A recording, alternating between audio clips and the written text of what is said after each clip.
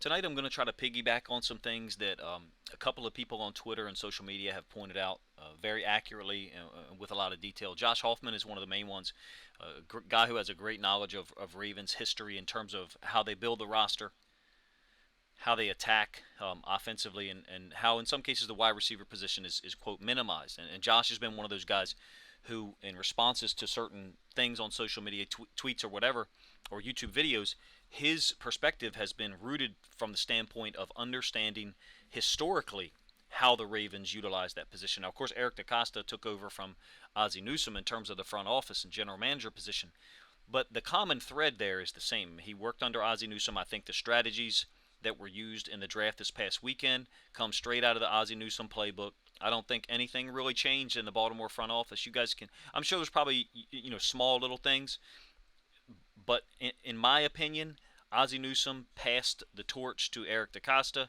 and he's trying to carry that torch in the same manner. Now, certain individual decisions, he may vary from them. I think the way that they were going to go after receiver here in round one in this draft this past weekend might have been different from the way Ozzie attacked it. But what I'd like to do first is piggyback kind of on something that Josh said, talking about the best or most impactful free agent wide receiver or trade in the case of Anquan Bolden in the middle there for wide receivers in Ravens franchise history. Obviously, Derek Mason, Steve Smith Sr., and Anquan Bolden.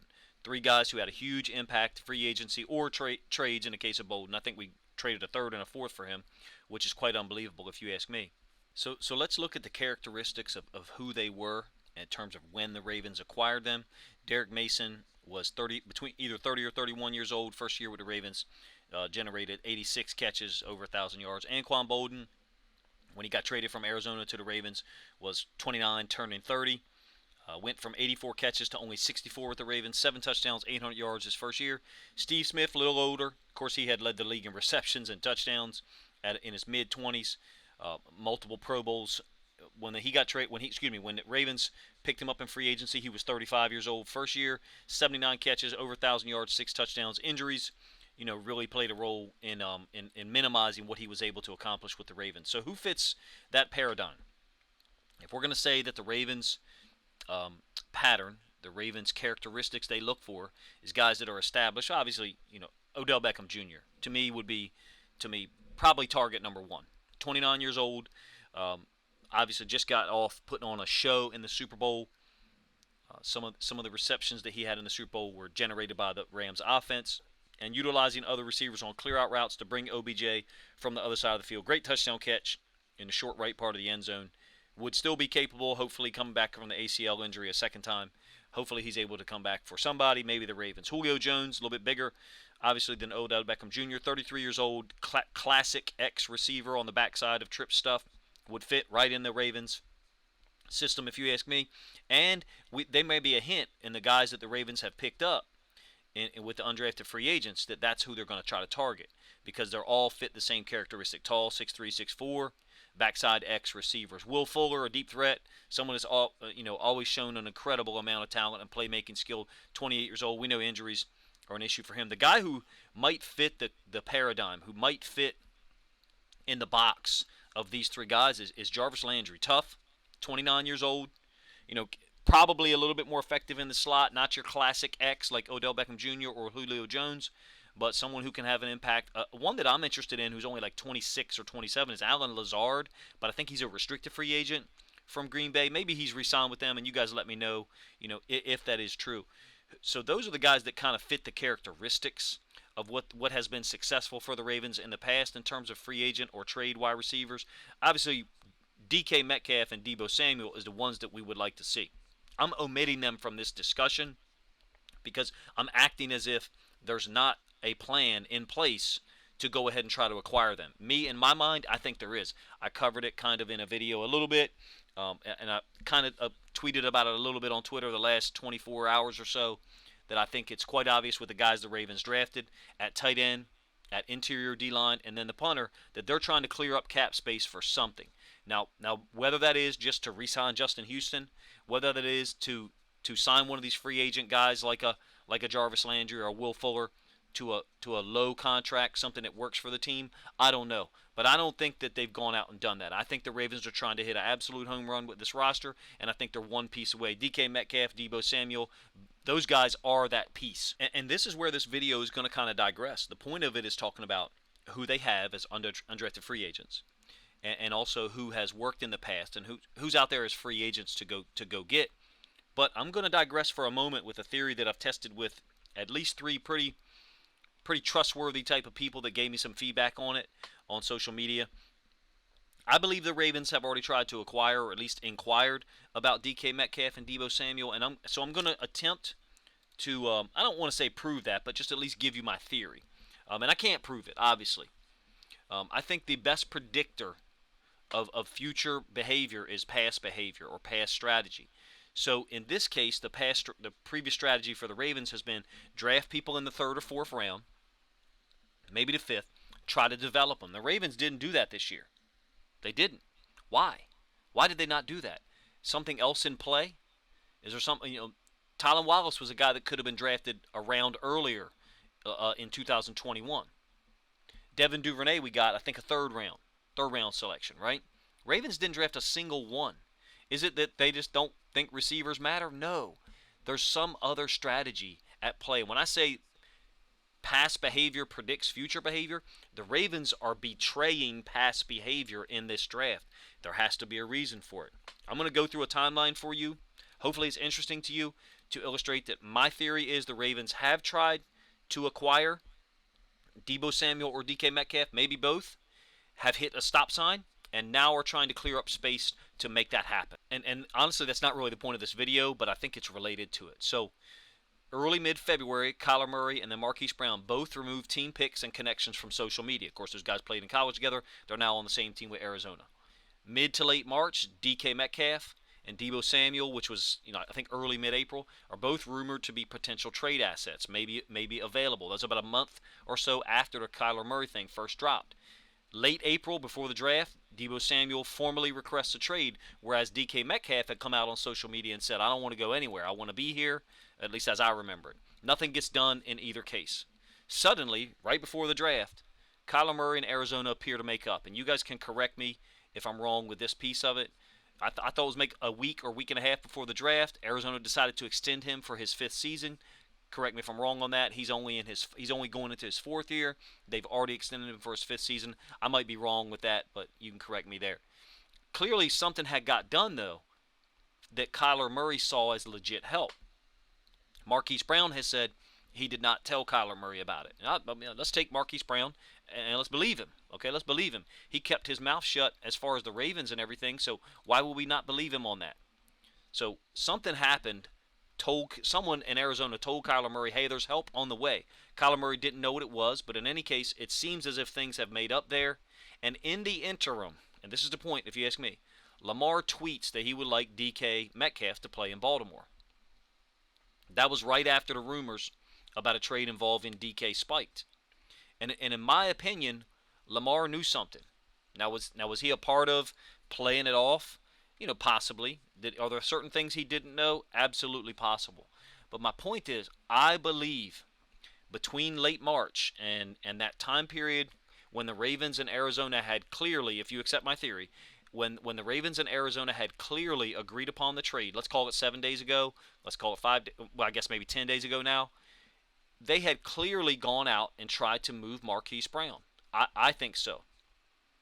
And I think the price was probably too steep for DK Metcalf. And I believe it's entirely possible the Ravens included Marquise Brown in that offer. I do. Can't prove it. It's just something I suspect. The Deebo Samuel situation comes up. And keep in mind, Marquise Brown hasn't requested a trade for over a year. And now Deebo Samuel is. I think the Ravens may have inquired about Deebo Samuel as well. Can't prove it. Eric DeCosta is going to keep his mouth shut in the front office. They did a great job. They kept it a secret that they were going after receiver at 14 until they revealed that to everybody on Saturday night. They might have been going after Tyler Burks at 23. And you guys inform me. I don't remember the progression of when the Tennessee trade was announced or when the Tennessee trade up to 18 happened. But I'm kind of wondering if the Ravens and Bills trade didn't happen after Tennessee selected Tyler Burks. And I think that was at 18. and then Penning went at 19. So maybe there's some evidence there that the Ravens were after Penning, God forbid, at 23, and they traded back after the Saints took Penning. Also possible that the Ravens were after Tyler Burks. So when Eric DeCosta says we felt like it was a top-heavy draft in terms of receivers, and once those guys were gone, I think his word was early, we were no longer a buyer on receiver. We all, originally I thought, when he said early, that meant 14. It could have been 23 after they got Kyle Hamilton at 14. But I might be wrong there because Tyler Lindenbaum is kind of a guy you can't pass up if you know you're trying to improve the offensive line. So back to the Kyler Murray and Arizona thing. To me, that was it clearly aligns with when the Ravens and Arizona appear to have agreed upon the trade. So if you accept my theory here, and I have no proof and obviously no inside information, the Ravens may have tried to move Marquise Brown and probably draft picks as well once or twice to bring back a top-level wide receiver. Now, what's that got to do with the situation the Ravens are in now? You might be saying, well, this is old stuff, Coach. It doesn't have anything to do with right now. Stay with me if you're at all interested. I understand who I sound like right now. I sound like Charlie from Always Sunny, trying to kick an unbelievable conspiracy theory to you, but there's a reason for it. What I'm trying to do is say that I believe they're still in that process. Marquise Brown has been moved. That other assets would have to be moved in order for them to make a trade, and that's probably not going to happen. The Seahawks or 49ers are probably not interested in too many of our assets. Chuck Clark, who appears to be somewhat expendable as safety now that we got Kyle Hamilton, if you believe Kyle Hamilton is the real deal, that strong safety or hybrid safety. Look, how does this all fit with what the situation the Ravens are in right now? They chose not to draft a single wide receiver, maybe unless, Burks was there at 23. But the plan at that point, if you ask me, was to shift. And I think DeCosta even said the word was pivot, right? They had to pivot after all the good receivers were gone early. I think what they're trying to do is get as many big receivers in the building, 6'3", 6'4" receivers. And if you look at Emeka Emezie, and if I said his name wrong, I sound stupid because it's a cool-ass name. Devon Williams, who I think pretty highly of on the film that I've seen. Isaiah Likely, I have the same beliefs about him, and Charlie Kohler. They all look like guys who could play. I'm looking forward to watching more film of all of them, especially Emeka Emezie, Devon Williams, and Isaiah Likely. But what begins to emerge, if you look at who they picked up as UFAs, and who they didn't draft Pickens or Pierce at 45. Me personally, I would have been okay with that. For real. I like David Ojabo, and I think he's got a great talent, and he's probably going to have a real great career for the Ravens. So I understand that I would be betraying some of my defensive mentality. But me personally, if I was in charge, I would have drafted Pickens or Pierce at 45. But now they've created unbelievable depth on the interior D-line. Travis Jones, a hell of a football player. Unbelievable depth at safety / DB slot corner-ish type guy, or at least a guy who can guard tight ends in the slot. And then they draft a punter who appears to be incredibly talented from what I remember seeing during the college football regular season. I think they're still possibly entertaining DK Metcalf or Deebo Samuel. I do. Now, how do they make that work? I don't know. I do not know. But further evidence that I've kind of already alluded to me is they've got big undrafted free agents coming in. They drafted big tight end / receiver hybrid guys in Kohler and Likely. Let's try to spin this back to where we are kind of, or circle back, I guess, as they say. Some of you guys may not have liked my me advocating for a one-year rental. And when I say one-year rental, like, let's go ahead and get DK Metcalf and then not try to re-sign him. No, that's not what I mean. But understanding that is an absolute possibility. That's cool. I'm also one of the guys who said the Ravens were going to look at drafting Drake London at 14. Now, I didn't think that Jameson Williams would still be there at 12, so it's obvious that Jameson Williams was in play for the Ravens, being as he got that close to being available. Am I saying that I 100% believe that they're still after Deebo and DK Metcalf or DK Metcalf? I'm 80% plus. I'm 80% plus. I think that that's still on the table, with a backup plan of Julio Jones or OBJ. I don't really know a whole lot about Allen Lazard. I would like Jarvis Landry. I really like him. I certainly don't want the Ravens to forego all of their draft capital in 2023, but me personally, I think they should operate as if they're drafting at 32, and I've said that multiple times in tweets or in my videos. And therefore, to me, 32 is a second-round pick. Obviously, it yields an extra year. If you get a DK Metcalf and you can't re-sign him, you are able to recoup a comp pick for him, which of course is a third-round pick, which would be what, pick 96 if I did my math right, or 96 plus, right? At least for the way the comp system works, I think. Same goes for Deebo Samuel, because I believe both of them are operating in their fourth year. If you're unable to re-sign them and you forego a first-round pick, then you're trading your first-round pick for a third-rounder and a one-year rental of a guy who puts you over the top roster-wise. You may not like my idea. That's fine. Am I saying 100% committed to it, I would pull the trigger?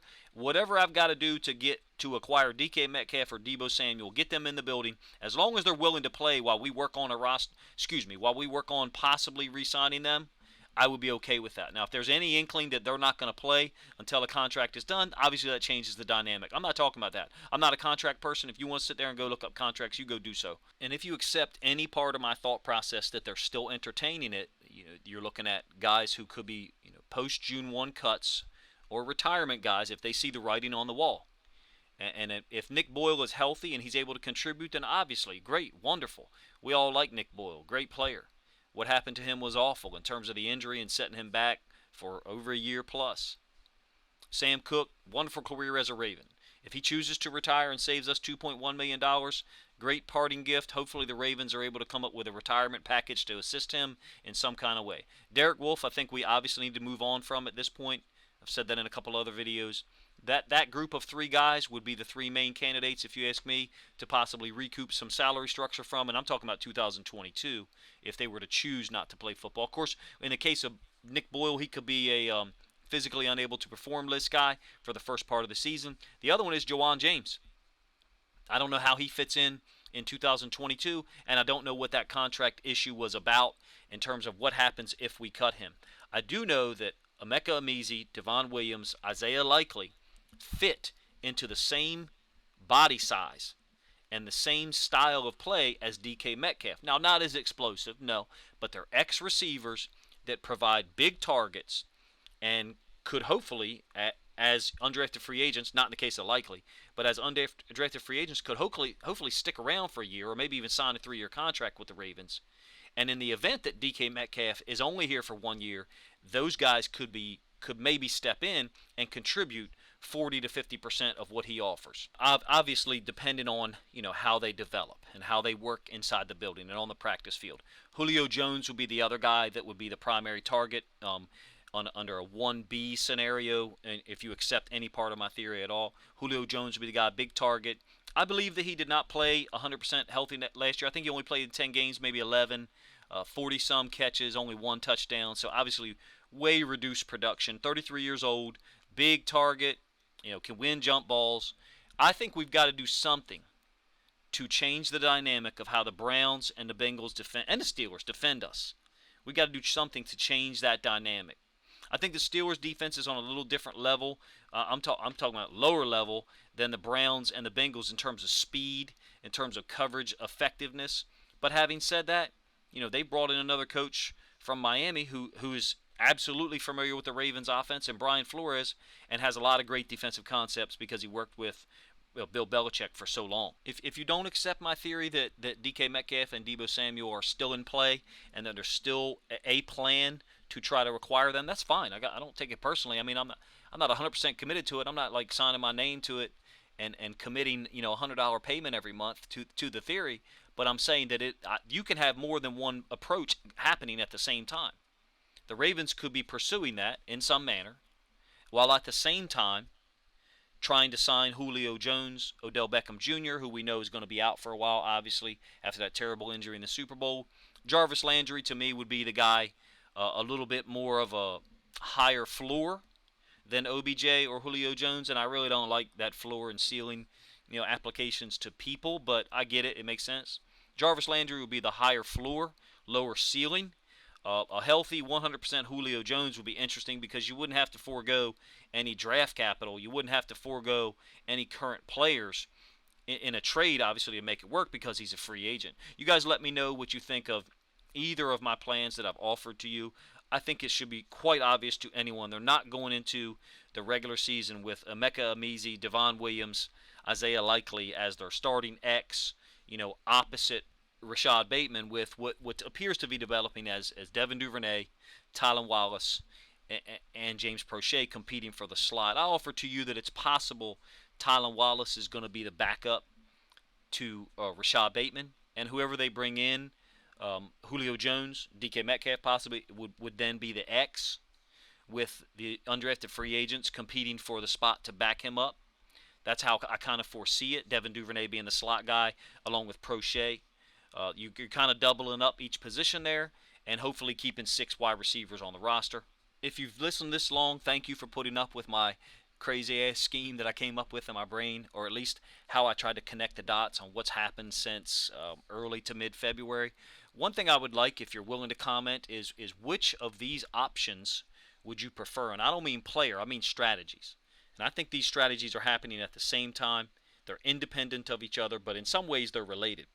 Would you prefer a DK Metcalf or a Deebo Samuel on a 1-year rental, possibly not going to re-sign with you if they agree to play, in 2022, and then, they want to look at exploring free agency thereafter or not being re-signed for a particular number? Or would you rather them sign a veteran wide receiver, not have to forego giving up a first-round draft pick, not have to forego giving up someone like a Justin Madubuike or a Chuck Clark or someone like that? Would you rather them sign a veteran, which to me means you're keeping some of those other veterans as well, Nick Boyle, Derek Wolfe maybe, Sam Cook, that situation with Jordan Stout, who knows how it's going to work out. Certainly I think very few people are going to vote for or choose. The third option would be, let's let some of the undrafted free agents try to compete to be the starting X. I mean, certainly some of those guys have talent. I think incredibly highly of Devon Williams, Emeka Emezie, obviously Likely and Kohler, the guys who got drafted. I forget the guy from Mississippi State that led the nation, or not led the nation, had 105 catches in the SEC, only averaged 10 yards a catch, but tremendous guy who transferred from USC. The name escapes me at this point. All of those guys will be working against our defense. They'll be working with our offense too, but they'll have chances to work against our defenders and our DBs, and that's how it shows up. If they can beat some of our DBs, then they can probably play. The Ravens are going to keep, I would say, at least 2 of those guys around, maybe 3, depending on how they develop and how they project over the summer and in camp. I don't think anyone's going to vote for those guys for us just to roll into the regular season with the current wide receiver group we have, and here's why. I think we've got to show Lamar that we're serious about winning the Super Bowl. The thing he said when he got drafted on draft night 2018, one of the first things he said was, "You're going to get a Super Bowl out of me, believe that." Okay. Now he said it with his southern accent that I can't really recreate. Mine's kind of southern, but not like his, not as good. And I think the Ravens have to show him that they're serious about living up to that standard that he put out there, because he said that at a time he was very young. I think he was 20 years old. But he's also telling the franchise that drafted him, you've got to live up to this standard. And to me, DK Metcalf or Deebo Samuel shows him right now, we're all in, man. We're all in. And now it's your time. Let's make this happen. Let me know how you vote, what you would vote for. I think there's a time and a place to say and try to speak things out there and put them out there in the universe that this is our time. And this is our moment to go ahead and do something that's a little different. These 3 guys in here, they kind of they had their own paradigm, their own pattern, their own characteristics. DK and Deebo Samuel don't fit that. They're younger, still on a rookie contract, but they are established guys. You know what you're getting. And that's the piece that I think is more important than what fits in the salary structure, is we've got to get someone in return that we know what we're going to get. We can rely on them in the same manner that we can rely on Mark Andrews and to a lesser extent Rashad Bateman. And when I say to a lesser extent, just because of the opportunities in the NFL so far, I think Rashad Bateman is fully capable of 80, 85 catches, over 1,000 yards. Let's put it this way. If Rashad Bateman got 146 targets last year like Marquise Brown did, I can guarantee you he's got more catches, he's got more yards, and he's got more touchdowns. You guys can let me know if you agree with that statement as well.